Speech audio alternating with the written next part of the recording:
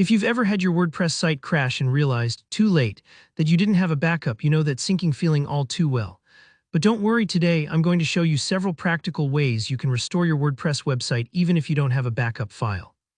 By the end of this video, you'll have a clear, actionable plan to recover as much of your content as possible and get your site back online. Let's jump right in.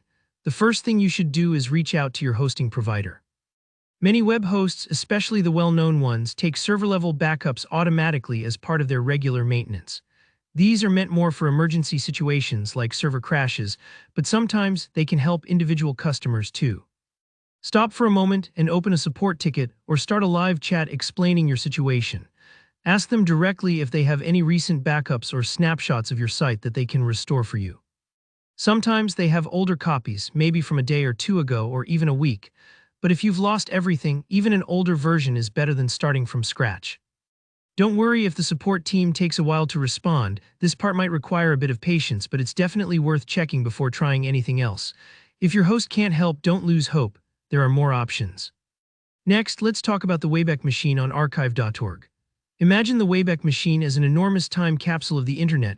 It stores snapshots of websites all across the globe, often without the site owner even realizing it.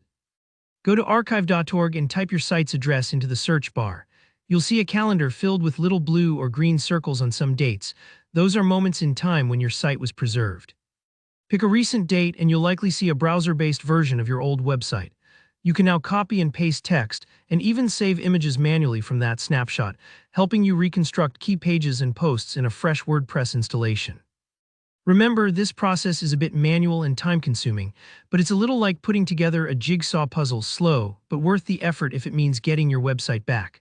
Another surprisingly effective approach is Google's cache. Even if your site has vanished, Google might have saved a version of its pages in search results.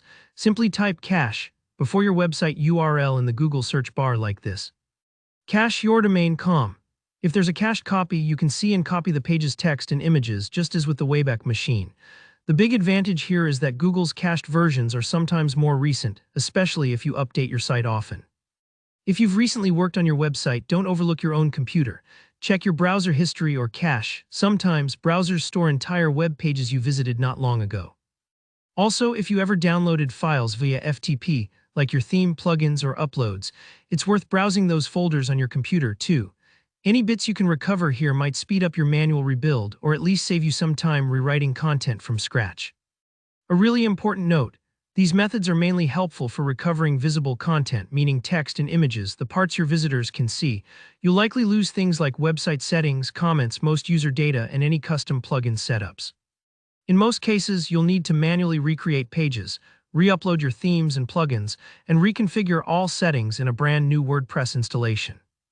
It's a bit like moving into a new house and having to bring over everything one box at a time. Restoring your website without a backup isn't easy, but with patience and these techniques, you can recover much, if not all of your public content and start fresh. If this video helped you or if you have any questions along the way, let me know down in the comments. Don't forget to like this video and subscribe for more no-nonsense tutorials that help you get back on track with your website. Good luck, and I'll see you in the next one.